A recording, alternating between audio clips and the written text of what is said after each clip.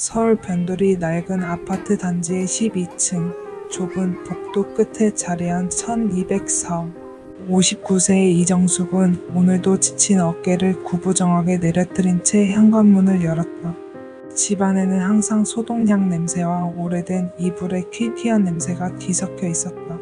거실 한편에는 82세의 시어머니 박선자가 휠체어에 앉아 타온 빈 눈으로 창밖을 바라보고 있었다. 어머님, 저 왔어요. 정숙의 목소리에도 선자는 고개조차 돌리지 않았다. 3년 전부터 시작된 치매 증상은 이제 돌이킬 수 없는 지경에 이르렀다. 처음엔 가끔씩 며느리 이름을 헷갈리던 것이 이제는 아들 이름을 손주 이름으로 부르고 20년 전에 세상을 떠난 남편을 아직도 살아있는 것처럼 찾았다. 여보는 언제 들어와? 선자가 갑자기 입을 열었다. 정숙은 가슴이 먹먹해졌다. 아버님이 돌아가신 지 벌써 그렇게 오래인데 어머님은 여전히 그분을 기다리고 있었다. 아버님은 하늘나라에 계세요. 정숙이 조심스럽게 말하자 선자는 마치 처음 듣는 말인 양 놀란 표정을 지었다가 이내 다시 창밖으로 시선을 돌렸다. 그런데 이상한 일이 계속 벌어졌다. 선자는 때때로 마치 다른 세상을 보는 듯한 말을 내뱉었다. 저기 창가에 그 사람이 또 서 있네. 검은 옷을 입고. 정숙이 황급히 창문을 보았지만 그곳에는 아무도 없었다. 12층 높이의 창밖에 누군가 서 있다는 것 자체가 말이 안 되었다. 하지만 선자의 표정은 너무나 진지했고 때로는 공포에 질린 듯 몸을 떨기까지 했다.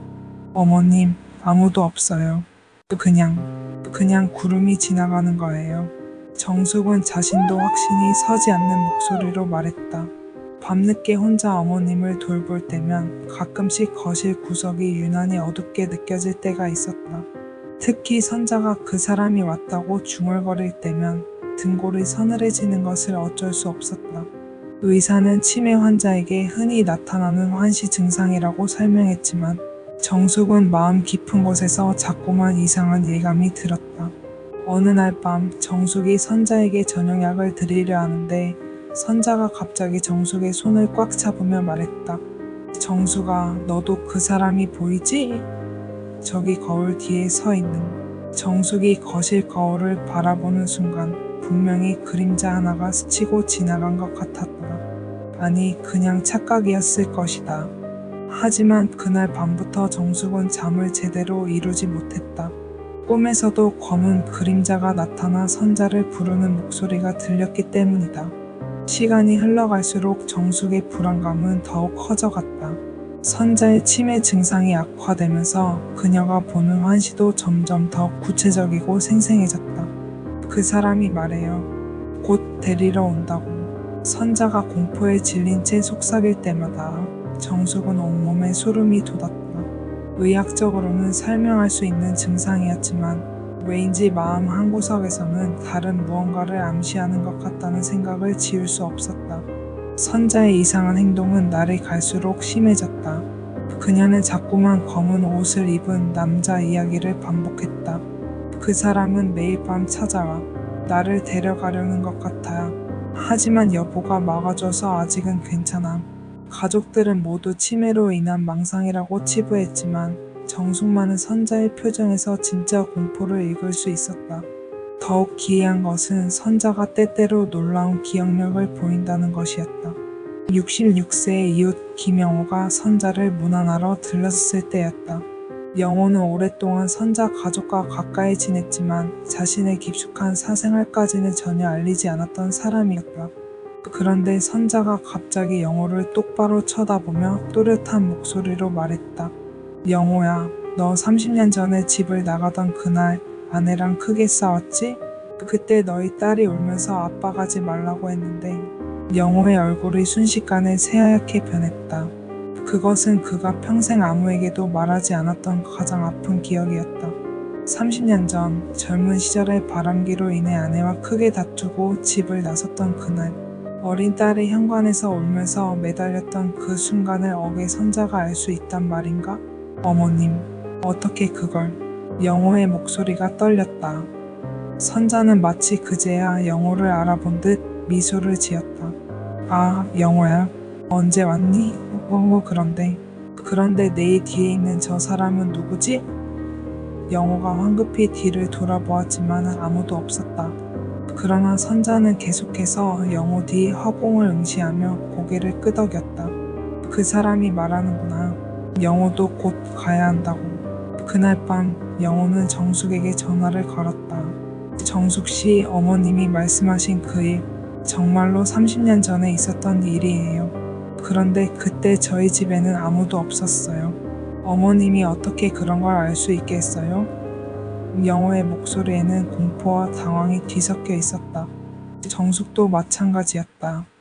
최근 들어 선자는 이웃들의 비밀스러운 과거를 마치 그 자리에 있었던 것처럼 정확하게 말해내고 있었다. 아파트 동반장의 부정행위, 아래층 부부의 숨겨진 빚 문제, 심지어는 몇 년 전에 이사간 가족의 갈등까지.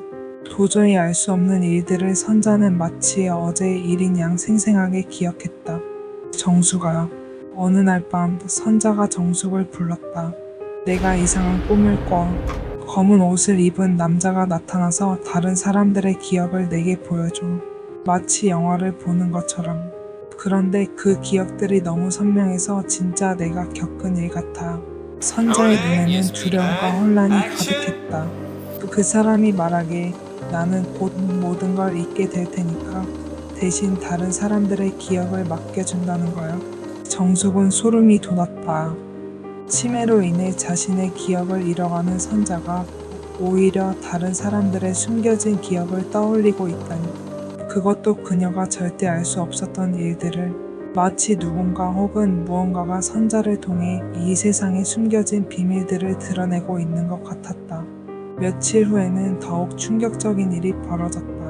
아파트 입구에서 마주친 친인녀 직원 박미선이 선자에게 인사를 건네는데 선자가 갑자기 미선의 손을 붙잡으며 말했다. 미선아, 10년 전에 네가 잃어버린 그 반지 병원 주차장 배수구에 빠졌지? 아직도 거기 있을 거야. 미선은 깜짝 놀랐다. 그 반지는 어머니의 유품이었는데 정말로 10년 전에 분실했던 것이었다. 그런데 그날 무엇 때문에 잃어버렸는지 어디서 잃어버렸는지조차 기억나지 않았었는데 어머님 정말 배수구에 있을까요? 미선이 떨리는 목소리로 물었다. 선자는 멀리를 바라보는 듯한 눈으로 고개를 끄덕였다. 그 사람이 보여줬어. 네가 그날 얼마나 슬퍼했는지도. 비가 와서 배수구로 굴러들어갔는데 너무 어두워서 찾지 못한 거야. 그날 오후 미선은 정말로 병원 주차장으로 달려갔다. 그리고 배수구 근처를 사사치 뒤진 끝에 정말로 반지를 찾아냈다. 10년 동안 지켜온 어머니의 유품을 다시 손에 쥐고 미선은 펑펑 울었다. 그리고 그날 밤 정숙에게 전화해서 고마움을 전했지만 동시에 두려움도 함께 털어놓았다. 정숙 씨, 어머님이 어떻게 그런 걸 알 수 있어요? 정말 무서워요. 마치 어머님이 다른 세상과 연결되어 있는 것 같아요. 그러나 모든 것이 공포와 혼란으로만 가득한 것은 아니었다. 선자에게는 절대 흔들리지 않는 하나의 기억이 있었다. 아무리 많은 것을 잊어가도 세상의 모든 이름이 뒤섞여도 단 한 사람만은 절대 잊지 않았다. 죽은 남편 이성만이었다. 그 이름만큼은 마치 영혼에 새겨진 것처럼 또렷했고 그에 대한 사랑은 오히려 치매가 진행될수록 더욱 순수하고 깊어져 갔다. 여보는 내가 아무리 길을 잃어도 꼭 다시 찾아와. 선자가 남편의 사진을 보며 중얼거릴 때의 목소리는 놀라울 만큼 또렷했다. 치매가 심해져서 자신의 이름조차 가끔 잊는 선자였지만 남편에 대한 기억만큼은 마치 어제의 일인 양 생생했다. 1963년 봄에 처음 만났지. 여보가 파란 셔츠를 입고 있었는데 바람에 머리카락이 날리는 게 너무 멋있었어. 정숙은 선자가 남편 이야기를 할 때마다 감동받았다.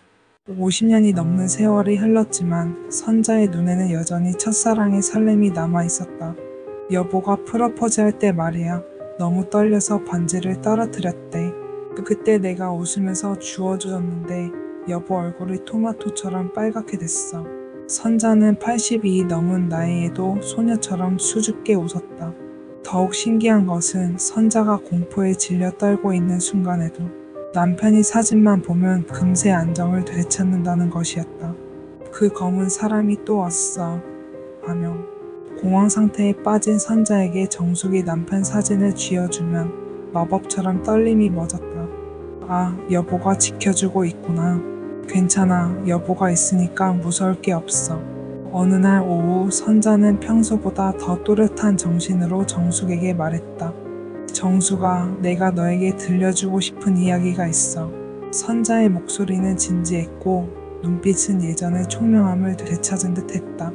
여보와 나 사이에는 다른 사람들이 모르는 특별한 약속이 있었어. 어떤 약속이요? 정숙이 호기심 어린 목소리로 물었다. 선자는 창밖을 바라보며 희미하게 미소 지었다. 여보가 먼저 가면 나를 혼자 두고 가지 않겠다고 했어. 어떤 식으로든 내 곁에 머물러 있겠다고. 선자의 목소리가 떨렸다. 그리고 나도 약속했지. 아무리 모든 걸 잊어도 여보에 대한 사랑만은 절대 잊지 않겠다고. 정숙의 가슴이 뭉클해졌다. 그제야 이해할 수 있었다. 선자를 괴롭히는 검은 그림자의 정체를. 그것은 죽음의 사자가 아니라 사랑하는 남편의 영혼이었던 것이다. 성마는 약속대로 선자 곁에 머물면서 그녀가 세상의 고통 속에서도 견딜 수 있도록 지켜주고 있었던 것이다. 어머님, 정숙의 목소리가 메어왔다. 아버님이 정말 어머님 곁에 계신 거군요. 선자는 고개를 끄덕이며 사진 속 남편을 바라보았다. 그래, 여보는 약속을 지키는 사람이야. 나 혼자 두고 가지 않을 거야. 어느 날 밤 정숙은 선자가 남편 사진을 가슴에 품고 조용히 울고 있는 것을 발견했다. 어머님, 왜 우세요? 정숙아, 나는 점점 모든 걸 잊어가는데 여보에 대한 기억만은 왜 이렇게 선명할까? 혹시 이것도 잊게 되면 어떡하지? 선자의 목소리에는 절절한 두려움이 담겨 있었다. 정숙도 모르게 눈물이 쏟아졌다. 어머님, 사랑은 잊히지 않아요. 절대로. 그녀는 선자의 손을 꼭 잡았다. 아버님에 대한 사랑이 어머님을 지켜주고 있어요. 그래서 무서운 것들이 와도 견딜 수 있는 거예요. 그날 밤 정숙은 깊은 깨달음을 얻었다. 치매라는 잔혹한 병이 선자의 기억을 하나씩 지워가고 있지만 사랑만큼은 그 누구도 그 무엇도 빼앗아갈 수 없다는 것을. 오히려 다른 모든 것이 사라져 갈수록 사랑은 더욱 순수하고 강렬하게 남아 있었다. 하지만 동시에 정숙은 또 다른 진실을 깨달았다. 선자를 괴롭히는 검은 그림자조차도 단순한 망상이 아닐 수 있다는 것을. 그것은 죽음의 전령일 수도 있고 아니면 성만이 선자를 부르는 신호일 수도 있었다. 사랑은 때로 이승과 저승의 경계를 넘나들며 가장 아름답지만 동시에 가장 무서운 모습으로 나타나기도 하니까. 며칠 후 선자는 정숙에게 더욱 구체적인 이야기를 털어놓았다. 여보가 자꾸 말해요. 이제 함께 갈 때가 되었다고. 선자의 목소리는 평온했지만 그 안에 깃든 의미는 무거웠다. 처음에는 무서웠는데 이제는 기다려져요. 여보와 함께라면 치매도 아픔도 모두 끝날 테니까. 그 무렵 정숙은 선자의 과거에 대해 더 자세히 알게 되었다. 친정어머니를 통해 들은 이야기였는데 젊은 시절의 선자는 남다른 능력을 가지고 있었다고 했다. 내 시어머니는 어릴 때부터 특별한 아이였었어. 다른 사람들이 숨기고 싶어하는 일들을 귀신같이 알아맞혔지. 친정어머니의 말에 정숙은 깜짝 놀랐다. 그런 능력이 있으셨어요? 응, 하지만 결혼하면서부터는 그런 이야기를 하지 않으셨지.